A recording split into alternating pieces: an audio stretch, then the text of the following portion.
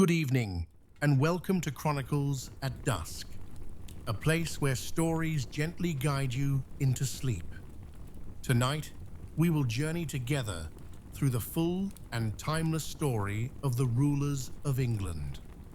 From the early kings who shaped a land of many tribes, through wars, alliances, and changes that forged a nation, to the monarchs whose reigns still echo in today's world, this is a story of leadership, struggle, and unity told in its entirety. Imagine walking through ancient halls, hearing the quiet decisions that shaped kingdoms, feeling the weight of crowns passed from hand to hand across centuries of hope and challenge. Through every age, the spirit of England endures, alive in its people, its culture, and the legacy of its rulers. So close your eyes, breathe deeply, and let the story of England's kings and queens unfold before you as we tell the complete story of the rulers of England here at Chronicles at Dusk. In the year 924, Æthelstan, a young man in his early 20s, became King of England. He was the grandson of Alfred the Great and the son of King Edward the Elder.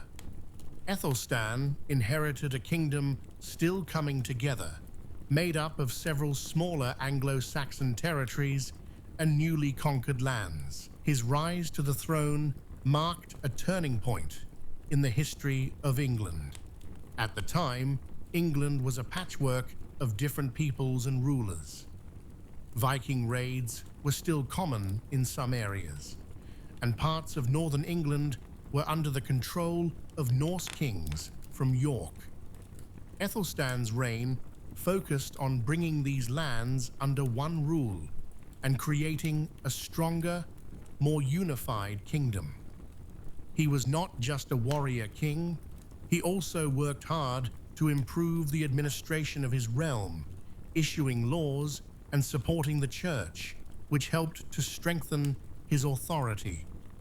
One of the most notable events during Æthelstan's rule was the Battle of Brunanburh in 937.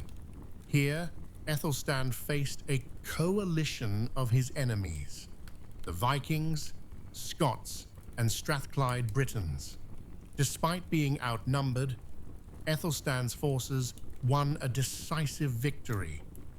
This battle was important because it confirmed his power and helped secure England's borders against invasion. It was celebrated in poetry and remembered as a symbol of English unity and strength. Æthelstan was known to be intelligent and determined. He collected manuscripts and was interested in learning and culture, which showed a thoughtful side to his leadership. At the same time, he could be firm and sometimes ruthless when dealing with enemies or rebellious nobles. His personality as a ruler combined wisdom with strength, and he inspired respect and loyalty from many of his subjects. For the people of England, Æthelstan was more than just a king. He was a symbol of a new England, one nation instead of several smaller kingdoms. His efforts to unite the country under one rule helped lay the foundation for what would become a lasting English identity. He was seen as a strong and capable leader who brought peace and order to a turbulent time. When Æthelstan died in 939, he left behind a kingdom much more united than when he had begun. His successors continued to build on his work, but his reign stood out as the first true kingship over all of England. The story of Æthelstan's rule marks the beginning of England as a single kingdom, a story that would continue to unfold in the years after his death. In 1016, Cnut the Great became King of England at about the age of 30. He was already a powerful Viking leader, the son of the Danish king Sweyn Forkbeard. England at that time was still recovering from years of conflict between Anglo-Saxon rulers and Danish invaders. The kingdom was divided and worn by battles for control, with King Edmund Ironside fighting to keep the crown against Cnut's invading forces. Cnut's rise to power followed a hard-fought struggle. After the death of Edmund Ironside in the same year, the English nobles accepted Cnut as their king. His rule marked the start of a new era where Denmark, England, and parts of Norway were united under one ruler, creating a North Sea empire. Cnut worked to secure peace and stability in England, ending the constant fighting that had plagued the land. Throughout his reign, Cnut proved to be a skilled and pragmatic leader. He balanced his Viking roots with respect for English customs and traditions. He supported the church and promoted laws that aimed at fair governance. Cnut understood the importance of uniting his diverse kingdom, so he forged alliances with local nobles and sought to win the loyalty of his English subjects. His reign saw improved trade and stronger defenses against future invasions. Cnut was known as a calm and confident ruler. He was neither overly harsh nor weak, but rather practical and fair-minded. Stories from the time describe him as a king who commanded respect by his presence and decisions. The people saw him as a symbol of unity, bringing together different cultures under one crown. While some still remembered the conflicts of the past, many accepted Cnut as a strong and stable king who protected the realm. When Cnut died in 1035, he left behind a kingdom that was more peaceful and well organized than when he had arrived. His empire soon faced challenges after his death, as his sons struggled to maintain control. Still, Cnut's reign is remembered as a period of strength and unity, one that shaped the future of England and its place among the kingdoms of Northern Europe. The story of his rule sets the stage for the coming changes in the English monarchy that would follow in the years ahead.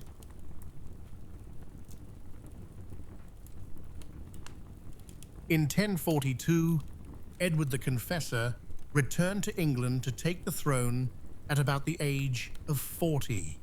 He was the son of King Æthelred and had spent many years in exile in Normandy during the Danish occupation.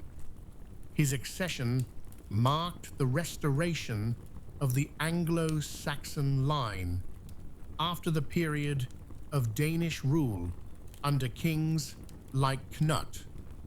England at this time was a kingdom striving to regain stability after decades of shifting power between English and Danish rulers. Edward's reign was largely peaceful, but marked by underlying tensions among powerful nobles. He was deeply religious and is remembered for his devotion to the church, even beginning the construction of what would later become Westminster Abbey. Edward was known for being pious and reserved rather than forceful, which sometimes made it difficult for him to manage the ambitions of England's earls. His lack of children and clear heir created uncertainty about the future succession. As Edward grew older, The question of who would succeed him became pressing. Harold Godwinson, a powerful noble, and the Earl of Wessex rose to prominence. Harold was a skilled military leader and a respected figure among the English people. In 1066, after Edward's death, Harold was chosen as king by the English nobles. His reign, however, was short and fraught with crisis. Harold's most notable moment came just months after becoming king, when he faced an invasion by William of Normandy, who claimed the English throne. Harold successfully defeated a Norwegian invasion at the Battle of Stamford Bridge, showing his strength as a leader. But soon after, he had to face William's forces in the south, where the famous Battle of Hastings took place. Harold was known as a courageous and pragmatic leader, quick to respond to threats, but also burdened by the immense pressure of defending his kingdom. The people of England saw him as their last hope to maintain Anglo-Saxon rule. His sudden death in battle marked the end of an era and the beginning of Norman rule in England.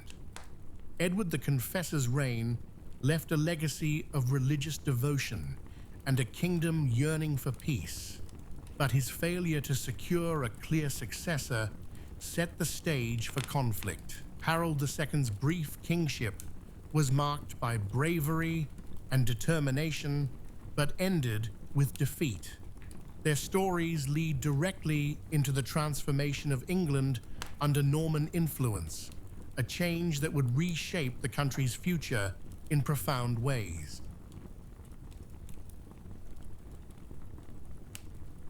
In 1066, William, Duke of Normandy, claimed the English throne and became King of England at about 38 years old. His claim was based on a promise allegedly made by the previous king, Edward the Confessor, and support from the Pope. England at this time was ruled by Harold II, but William believed he was the rightful heir.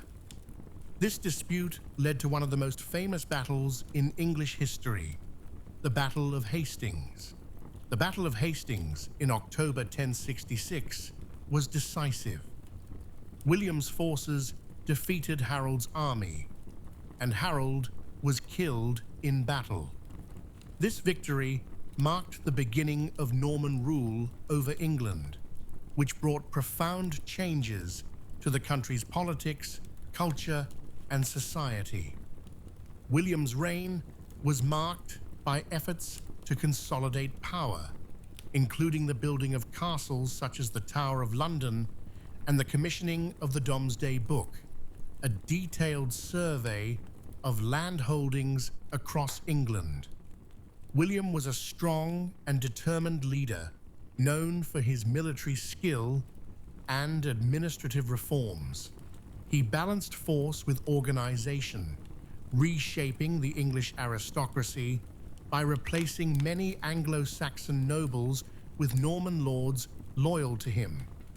This caused tensions, but also helped create a more centralized system of government. The English people saw William as both a conqueror and a ruler who brought new order after years of instability. When William died in 1087, he left a kingdom transformed. His reign laid the foundations for the medieval English state and began a new chapter in England's history, one of Norman influence and integration. The changes William made would influence England for centuries, setting the stage for the monarchs who followed.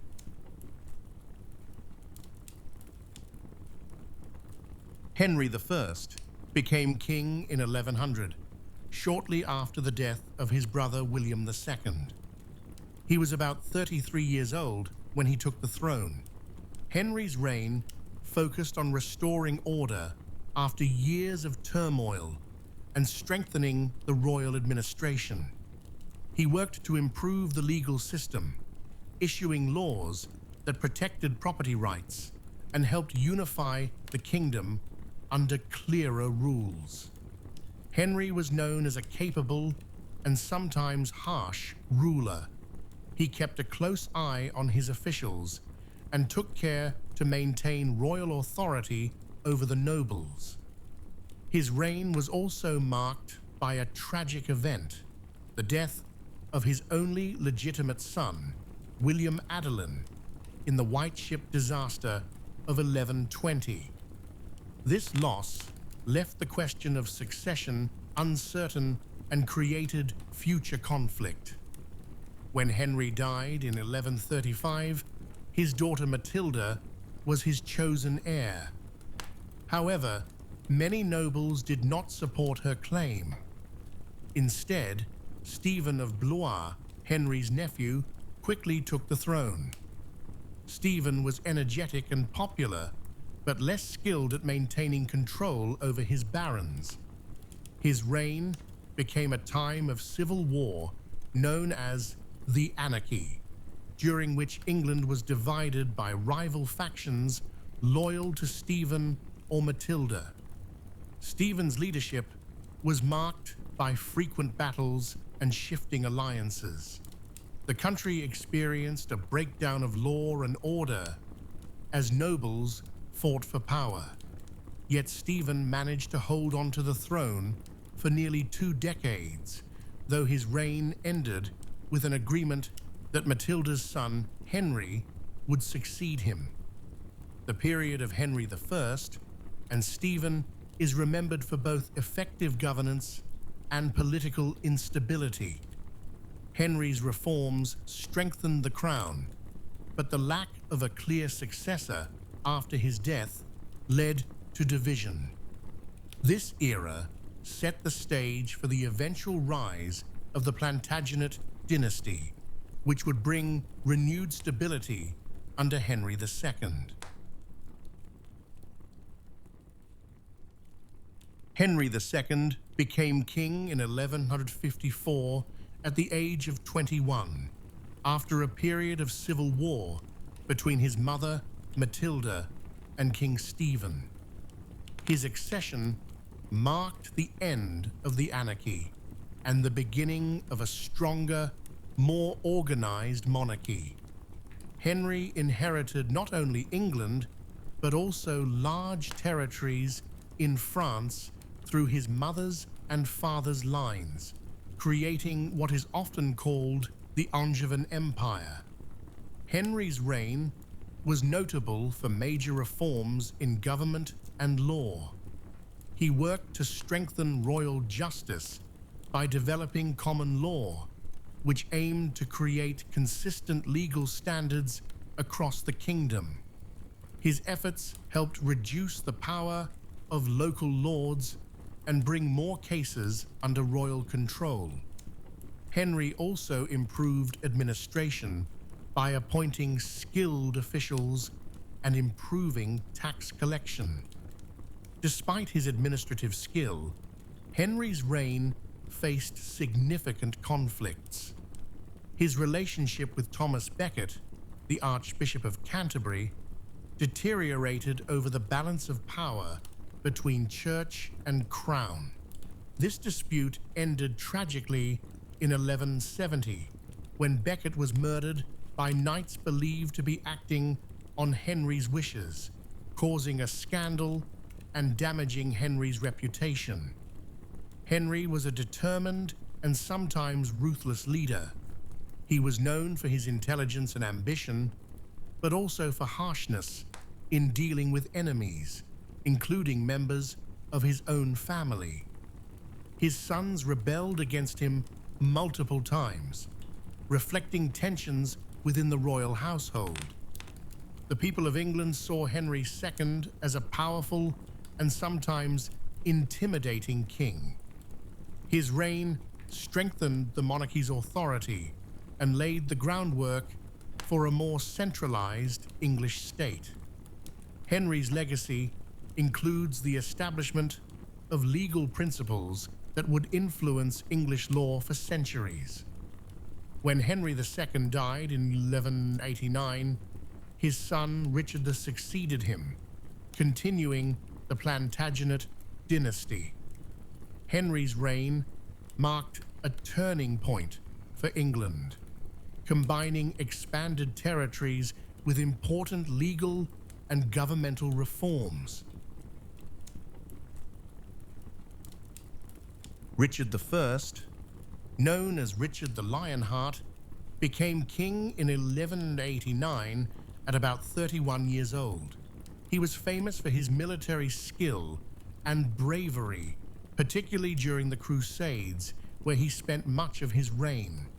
Richard's focus was largely abroad, fighting in the Holy Land, which meant he spent very little time in England itself. Despite his reputation as a warrior, Richard was less involved in governing the kingdom directly. His absence placed greater responsibility on his officials back home, and his campaigns were costly, leading to heavy taxation. His leadership was admired by many for courage, but also criticized for neglecting England's day-to-day needs. After Richard died in 1199, his brother John took the throne. John's reign was much more troubled.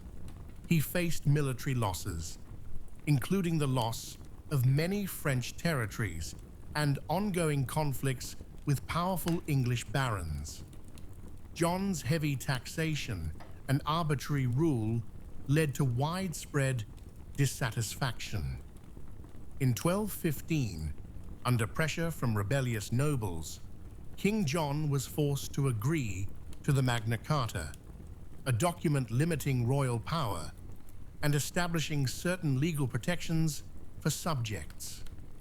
Though originally intended as a peace treaty, the Magna Carta became a symbol of the rule of law and the idea that the king was not above the law. John's personality was often described as harsh and sometimes cruel, lacking the charisma and military skill of his brother. He struggled to maintain control, and his reign ended amid civil war and conflict. Together, Richard and John's reigns highlight a period of military ambition, loss, and growing demands for limits on royal authority. Richard's legacy is one of valor abroad, while John's rule brought important constitutional changes at home. Their time on the throne shaped the future relationship between the English monarchy and its people.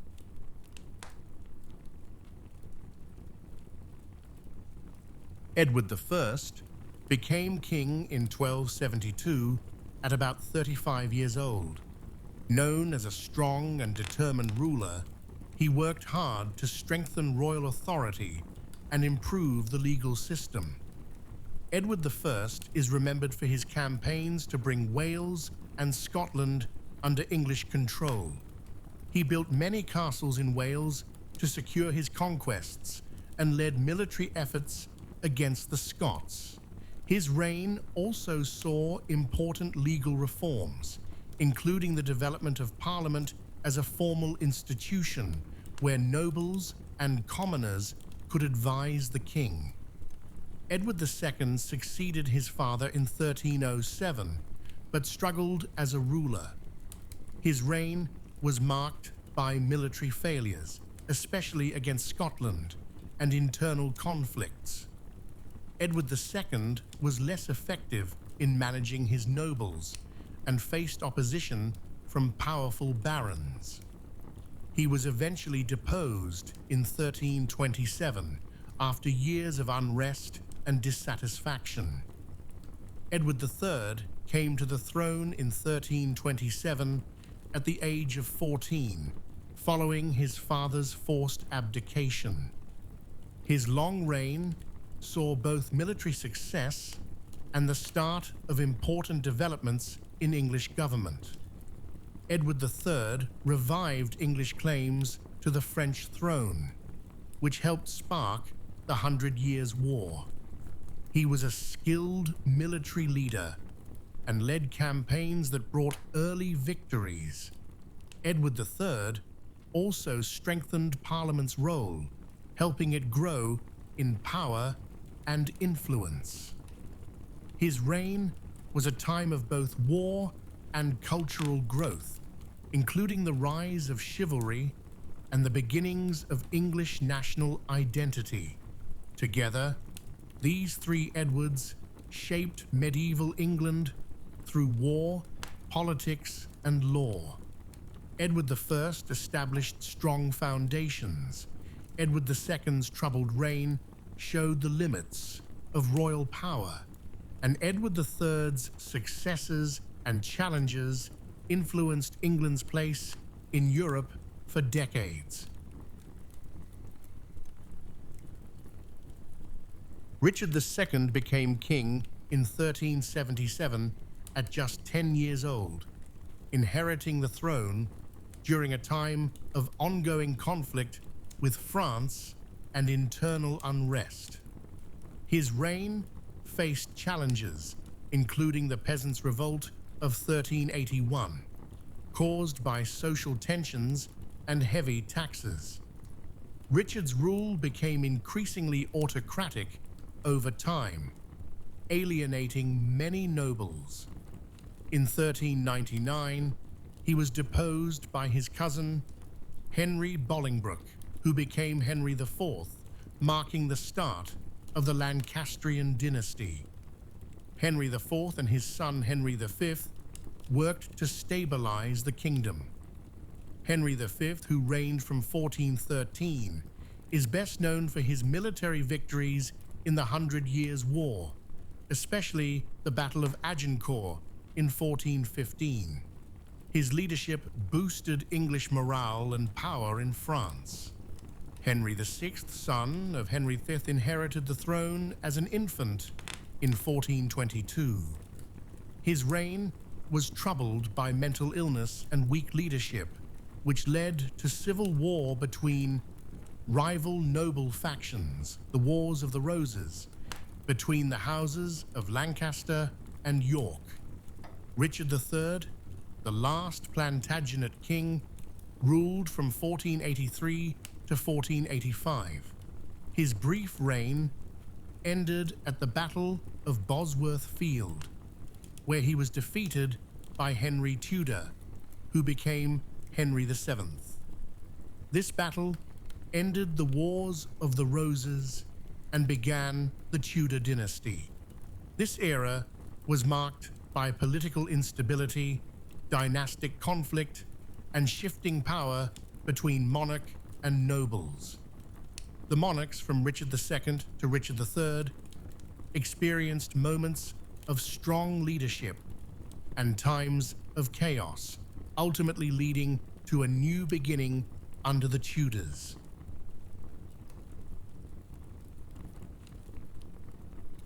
Henry VII became king in 1485 after defeating Richard III at the Battle of Bosworth Field. He was about 28 years old when he took the throne, marking the end of the Wars of the Roses and the start of the Tudor dynasty. His reign focused on restoring stability to a kingdom torn by decades of civil war. Henry was careful and pragmatic. He strengthened the monarchy by improving royal finances and reducing the power of the nobility, often through legal means and strategic marriages. He worked to build a strong government and maintain peace within England. Internationally, Henry sought to secure England's position through alliances, including arranging the marriage of his son Arthur to Catherine of Aragon, which would later play an important role in English history. Henry VII's rule was a period of cautious rebuilding. He re-established trust in the crown, encouraged economic growth, and laid the foundation for the more famous Tudor monarchs to come. When Henry died in 1509, His son, Henry VIII, succeeded him, opening a new chapter for England.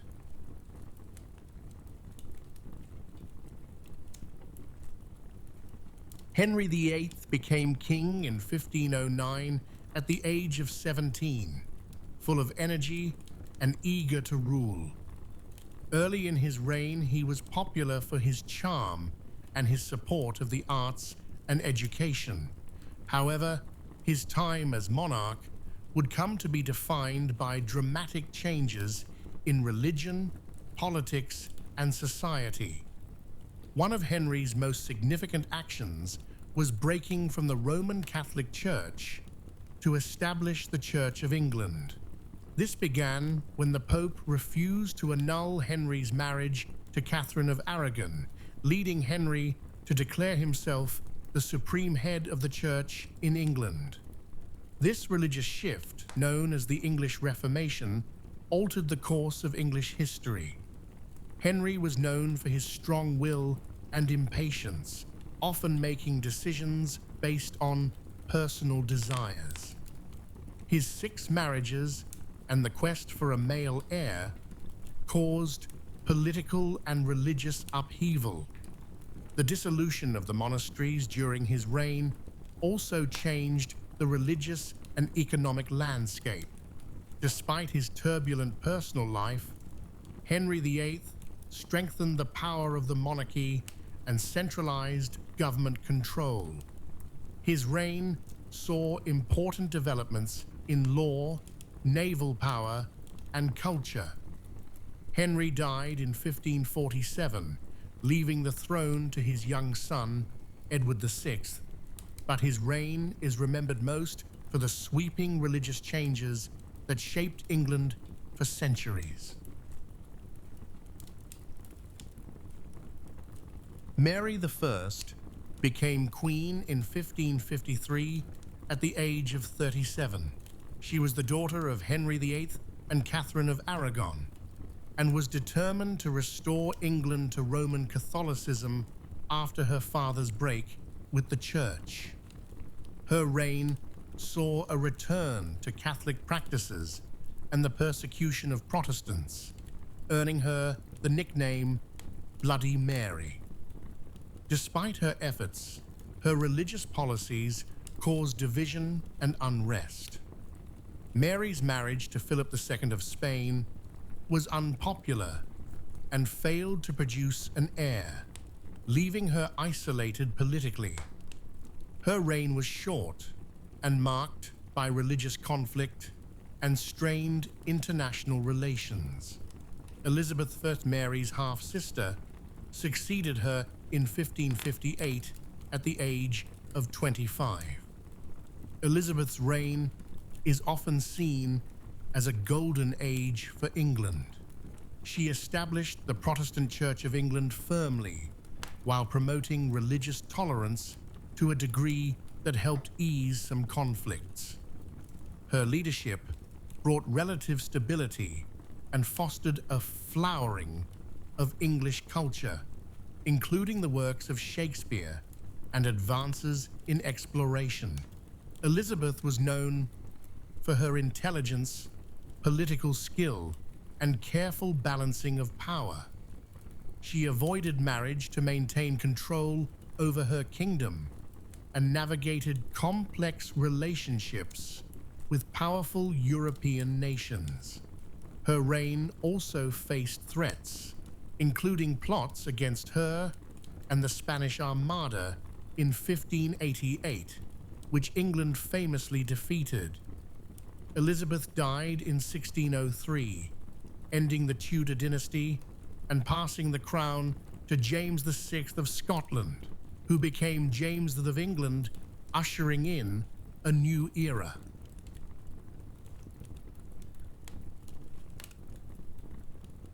James I became King of England in 1603 at the age of 37, uniting the crowns of England and Scotland for the first time.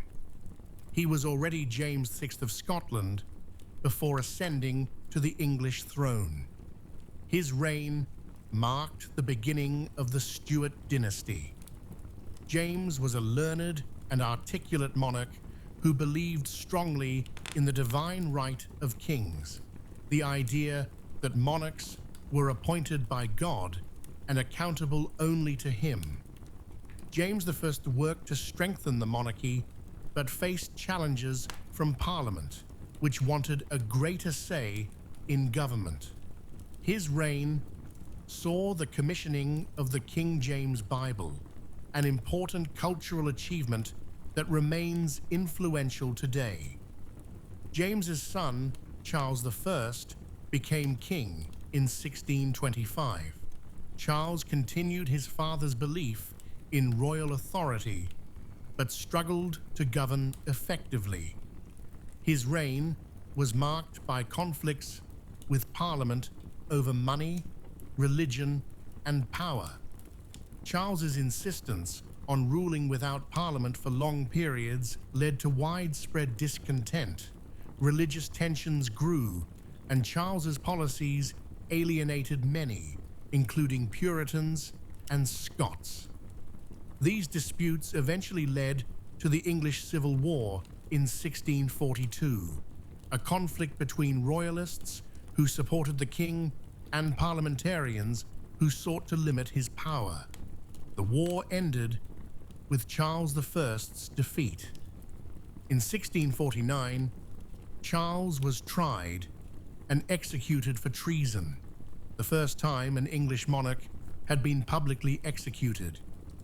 This event shocked the nation and ended the monarchy temporarily.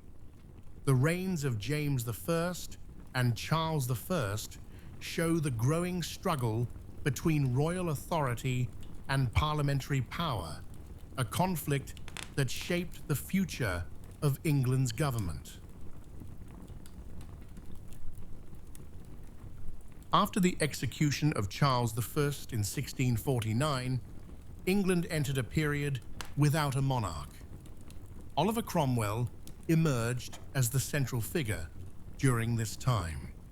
A skilled military leader and devout Puritan, Cromwell led the parliamentarian forces to victory in the English Civil War. Following the abolition of the monarchy and the House of Lords, England was declared a Commonwealth, a republic governed by Parliament. However, Cromwell's influence grew, and in 1653 he became Lord Protector, effectively ruling as a military dictator. Cromwell's rule focused on maintaining order, promoting Puritan moral values, and expanding England's military power. His government was strict and sometimes harsh, suppressing dissent and enforcing religious conformity. He also led military campaigns in Ireland and Scotland, which were often brutal but aimed at consolidating control. While Cromwell's leadership brought stability after years of civil war, his rule was controversial and unpopular with many. After his death in 1658, his son Richard briefly succeeded him, but lacked his father's authority. By 1660, the monarchy was restored, with Charles II returning to the throne, ending the Commonwealth period. Cromwell's time in power showed the difficulties of ruling without a king and left a lasting legacy in England's complex history of governance and religion.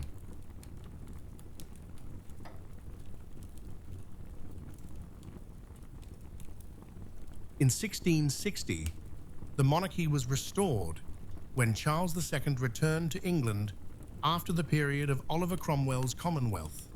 Charles II, son of Charles I, was about 30 years old when he took the throne. His reign is known as the Restoration and was marked by a desire to bring back stability and normalcy after years of civil war and strict Puritan rule. Charles II was popular for his charm and wit, and he worked to rebuild the arts, theatre, and culture. However, his reign also saw conflicts with Parliament and ongoing religious tensions, especially between Protestants and Catholics. After Charles II died in 1685, his brother James II became king. James was a devout Catholic in a largely Protestant country, which caused distrust and unrest. His attempts to promote Catholicism and override Parliament's authority alarmed many English subjects. In 1688, Parliament invited William of Orange and his wife Mary, James's Protestant daughter, to take the throne. This event, known as the Glorious Revolution, led to James II fleeing the country. William and Mary ruled jointly, accepting limits on their power and recognizing Parliament's authority, marking a shift toward constitutional monarchy. Their reign brought religious tolerance for Protestants and secured the Protestant succession. This period established important constitutional principles that shaped modern British government. William and Mary ruled until Mary's death in 1694, with William continuing alone until 1702. Their leadership helped define the balance between the Crown and Parliament, setting the stage for future monarchs. In 1714, the throne passed to George I, the Elector of Hanover in Germany, following the death of Queen Anne. He was 54 years old when he became King of Great Britain, marking the beginning of the Georgian era and the Hanoverian dynasty. George I's accession was based on the Act of Settlement 1701, which aimed to ensure a Protestant succession. George I spoke little English and spent much time in Hanover, which made him somewhat distant from his British subjects. This period saw the rise of the modern system of government, with the development of the office of the Prime Minister and the growing power of Parliament. Robert Walpole is often considered the first British Prime Minister during George I's reign. George II succeeded his father in 1727 at the age of 44. Like George I, he was born in Germany but spent more time in Britain. His reign included military conflicts such as the War of Austrian Succession and the 7 Years' War, which involved Britain in global struggles for power. Both George worked within a constitutional framework where the monarchy's power was limited by Parliament. The Georgian era was marked by political stability, economic growth, and cultural developments such as the rise of the Enlightenment and improvements in science and the arts. Their reigns laid important groundwork for Britain's emergence as a major world power in the 18th century.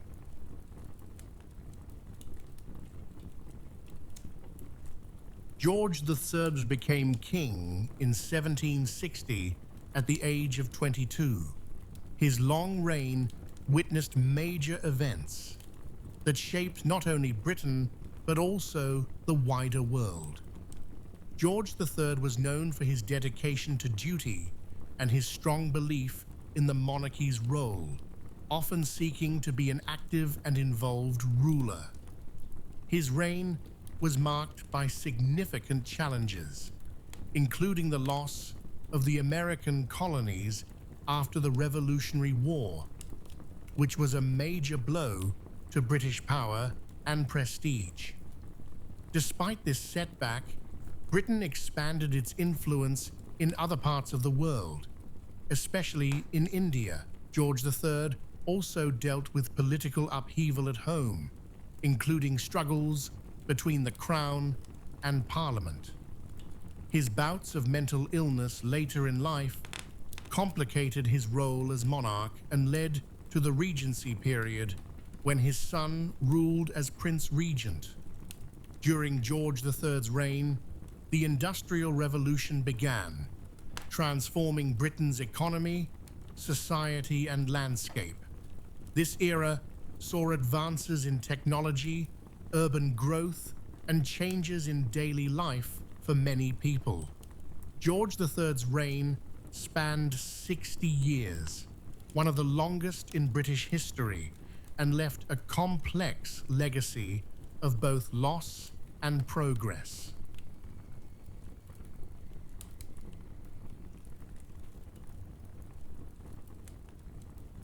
Queen Victoria became queen in 1837 at the age of 18.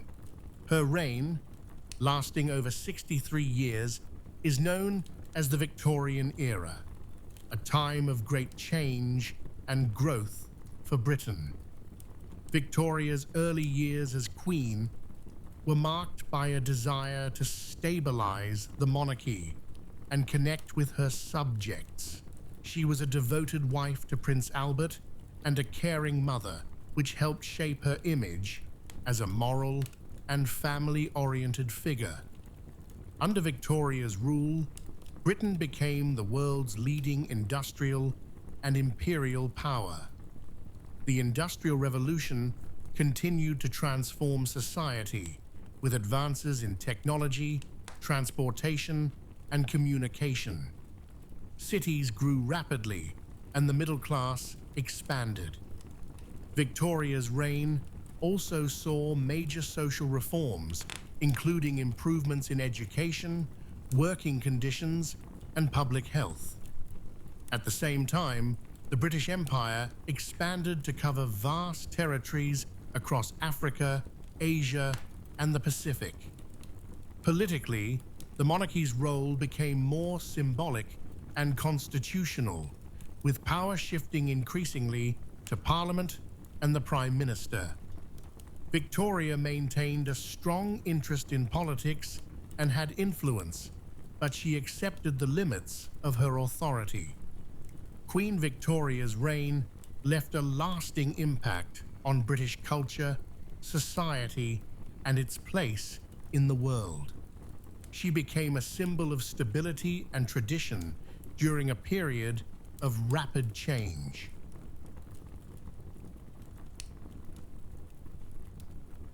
Edward VII became king in 1901 at the age of 59, following the death of his mother, Queen Victoria. His reign marked the beginning of the Edwardian era, a period often seen as a time of elegance and social change. Edward was known for his charm, diplomacy, and love of the arts and society. He helped improve Britain's relationships with other European countries, especially France. Edward VII's reign was relatively short, ending in 1910, when his son George V took the throne. George V's reign saw enormous changes, including the outbreak of World War I in 1914. The war challenged the British monarchy and the nation as a whole. George V was a symbol of stability and duty during these difficult times, often visiting troops and supporting the war effort. During the war, anti-German sentiment led the royal family to change its German-sounding name from Saxe-Coburg and Gotha to Windsor in 1917. George V's leadership helped maintain national unity despite great loss and hardship. The period after the war was marked by social and political change, including demands for expanded voting rights and shifts in the British Empire. George V's reign ended in 1936. This era showed the monarchy adapting to a rapidly changing world, maintaining its role as a symbol of continuity amid turmoil.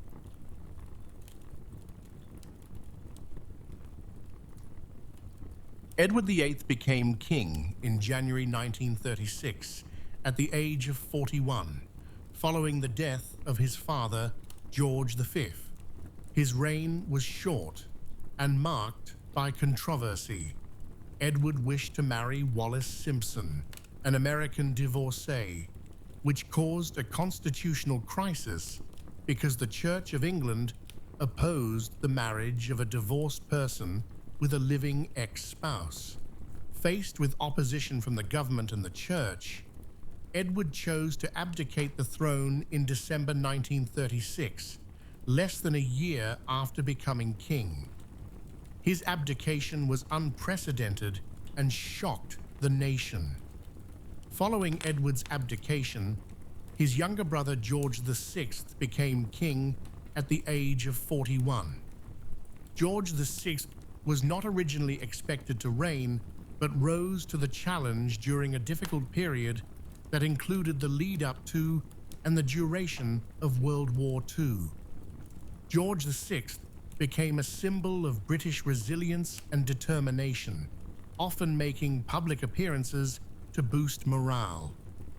His steady leadership helped unify the country during the war's darkest days.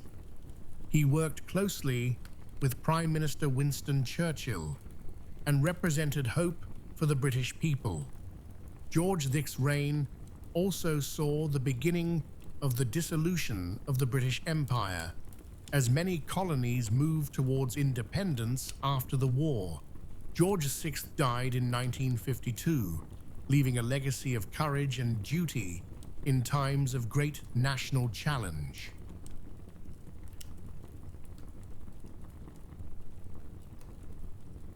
Elizabeth II became queen in 1952 at the age of 25, following the death of her father, George VI. Her early reign marked a new era for Britain, coming after the upheavals of World War II and during a time of rapid social change. Elizabeth II was known for her sense of duty, dedication, and quiet strength.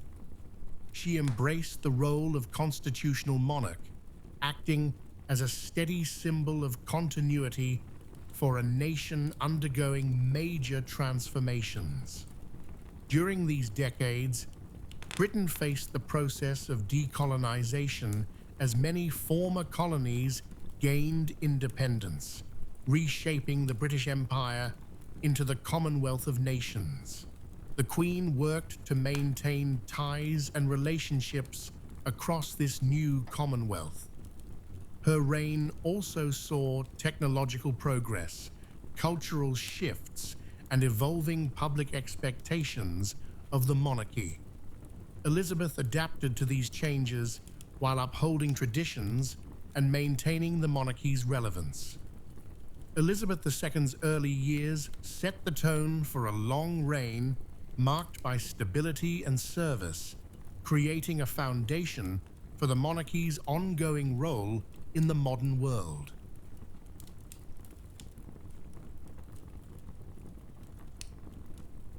Thank you for joining us on this journey through the ages, tracing the lives and legacies of England's rulers.